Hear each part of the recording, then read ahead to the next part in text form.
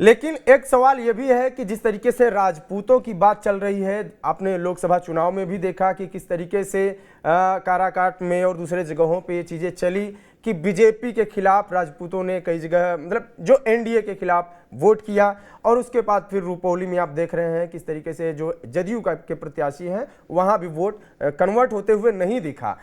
क्या ये कहा जाए कि एक गैप है, एक स्कोप है, एक वहां पे भविष्य दिख रहा है किसी नए पार्टी को के लिए, किसी नए विचारधारा के लिए, कि राजपूत समाज का वोटर जिस पे वो अपनी पकड़ मजबूत कर सकते हैं? मैं प्रशांत किशोर पे ही आ रहा हूं कि क्या प्रशांत किशोर उस पे वहां पे अपना वो एक तरीके से करियर देख रहे हैं?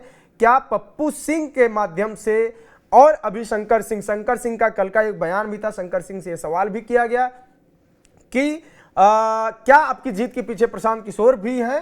तो उन्होंने सीधे तो नहीं कहा, लेकिन उन्होंने यह जरूर कहा कि मेरी जीत के पीछे सारी पार्टियां हैं, सबने मेरा सपोर्ट किया है। क्या राजपूतों के वोट बैंक के पर अपना पैर जमाने के लिए क्या प्रशांत किशोर वहां प्रयास कर रहे हैं? देखिए, पूर्णिया में राजपूत समाज की संख्या जो है बहुत ही कम है, मगर पूर्णिया में एक मंत्री हैं लीसी सिंह जो धमदाहा से विधायक हैं। उनका कद जो है बहुत बड़ा है जदयू में, पूरे बिहार में। यही वजह है कि पूरे बिहार में जो है जदयू जो है कहीं भी राजपूत समाज का कोई भी कार्यक्रम होता है या राजपूत समाज के कोई भी जो नेता होते हैं वो अगर रूठ जाते हैं तो लीसी सिंह को ही भेजा जाता है मनाने के लिए, जदयू भेजती है। मगर पूर्णिया में जो है राजपूत समाज के उलट एक जो है और पर्लर एक अभी जीते हैं शंकर सिंह, वो भी एक नेता हो गए। तो पप्पू यादव जो है इसी बात को कह रहे हैं कि वो जो है राजनीति करना चाह रहे हैं कि राजपूत समाज वर्सेस जो है पिछड़ा समाज। तो इस बात की और इशारा कर रहे हैं कि रुपौली में जनसंख्या तो 7 से 8 हजार भाई राजपूत समाज की है, मगर बिल्कुल। शंकर सिंह को जो वोट मिला वो 67 हजार के आसपास है। 60 हजार ये हाँ। वोट कहाँ से आया है? 60 हजार वोट कहाँ से आया है? 60 हजार वोट कहीं ना कहीं पिछड़ा अति पिछड़ा का है। ठीक। और उन्हें जो लोकसभा चुनाव के वक्त पप्पू यादव को जो वोट मिला था वो कम से कम 2300 जो बता रहे थे, 2300 वोट से वो लगभग 23 हजार वोट से लगभग तेज पीछे है। थे वो। और 92 हजार के आसपास जो है जदयू के कैंडिडेट को मिला था। तो हाँ। जदयू के कैंडिडेट को 92 हजार जब वोट मिला तो वो वोट आखिर रुपौली का गया तो गया कहाँ? या तो लेसी सिंह के कहने पर जदयू के कलाधर मंडल को मिलना चाहिए था, मगर वो कलाधर मंडल को भी नहीं मिला। मिल गया किनको भाई? तो शंकर सिंह को मिल गया। इस बात को आज पप्पू यादव ने उठाया है कि जो जदयू के नेता हैं, नाम तो नहीं लिया लेसी सिंह का, मगर उन्होंने कहा कि भाई ये मंत्री के चलते, वहां के विधायक के चलते जो है ये बंटवारा हुआ और वो अपने समाज का वोट जो है वो वोट भी नहीं दिला पाई। वो वोट आखिर जदयू का वोट जो है वो निर्दलीय में कैसे चला गया? और उसी तरह आरोप भी लगाया राजद पे भी कि आप भाई आपका अपना वोट जो होता है वो भी आप नहीं दिला पाए, वो भी वोट किसी और को चला गया शंकर सिंह के पास। तो शंकर सिंह के पास भाई 60 हजार वोट जो आया तो अति पिछड़ा का वोट आया, 60 हजार बिल्कुल। तो उनके पास था ही। तो कहीं ना कहीं पप्पू यादव जो इस सवाल खड़ा कर रहे हैं, इसी सवाल का जवाब जो है पप्पू सिंह ने दिया है। पप्पू सिंह भी राजपूत समाज से आते हैं और बड़े नेता हैं। उनकी माँ जो है 2 बार सांसद रही है, वो भी 2 बार सांसद रहे हैं। और पप्पू सिंह की छवि जो है बिल्कुल साफ सुथरी छवि रही है। वो हार गए, वो उनका कारण था कि वो एक तरह से एक बिजनेसमैन भी है और ज्यादातर दिल्ली में रहते थे, हार गए।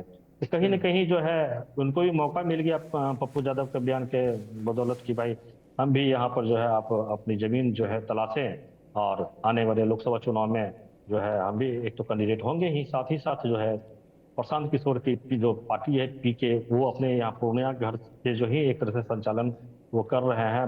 पीके पटना में भी जो कार्यालय है वो भी पप्पू सिंह का ही कार्यालय है, आवास है, वहीं से संचालन हो रहा है सारा कुछ।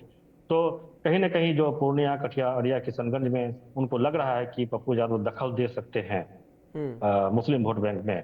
तो अभी से ही दोनों दोनों का जो लड़ाई है वो शुरू हो चुका है। कभी जब भी जो है पप्पू यादव अगर कोई बयान देते हैं तो उसका कार्ड जो है सिर्फ पप्पू सिंह करते हैं। पप्पू सिंह अगर कोई बयान देते हैं तो उसका कार्ड जो है पप्पू यादव करते हैं।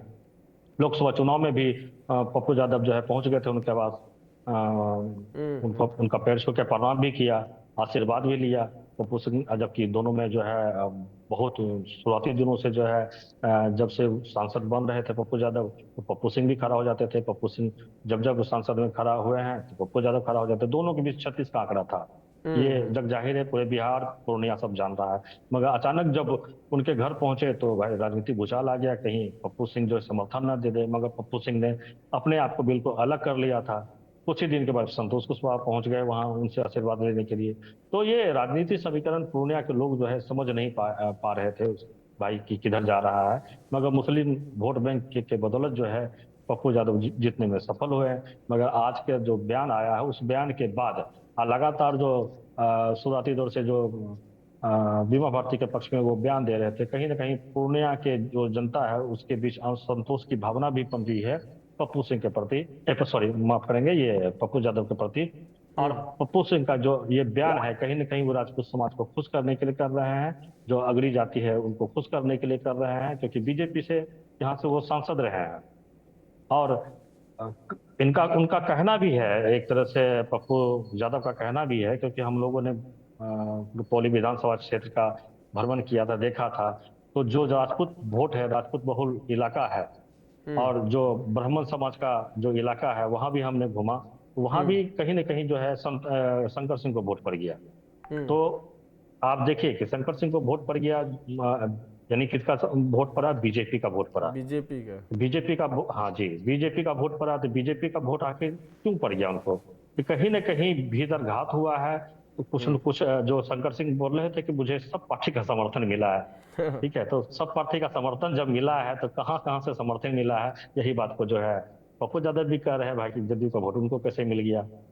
ये भी बोल रहे हैं कि मुझे सब पार्टी का समर्थन मिला है। तो कहीं ना कहीं जो रुपौली का जो क्षेत्र है और शंकर सिंह का जो अपना प्रभाव है, उस प्रभाव को सभी लोग भुनाने का प्रयास कर रहे हैं। पप्पू सिंह भी भुनाने का प्रयास कर रहे हैं, क्योंकि आने वाले समय में उनका इसका शंकर सिंह का समर्थन चाहिए उनको। तो ये इस बयानबाजी को अभी 2025 तक भी चलेगा, आने वाले लोकसभा चुनाव तक चलता रहेगा दोनों के बीच।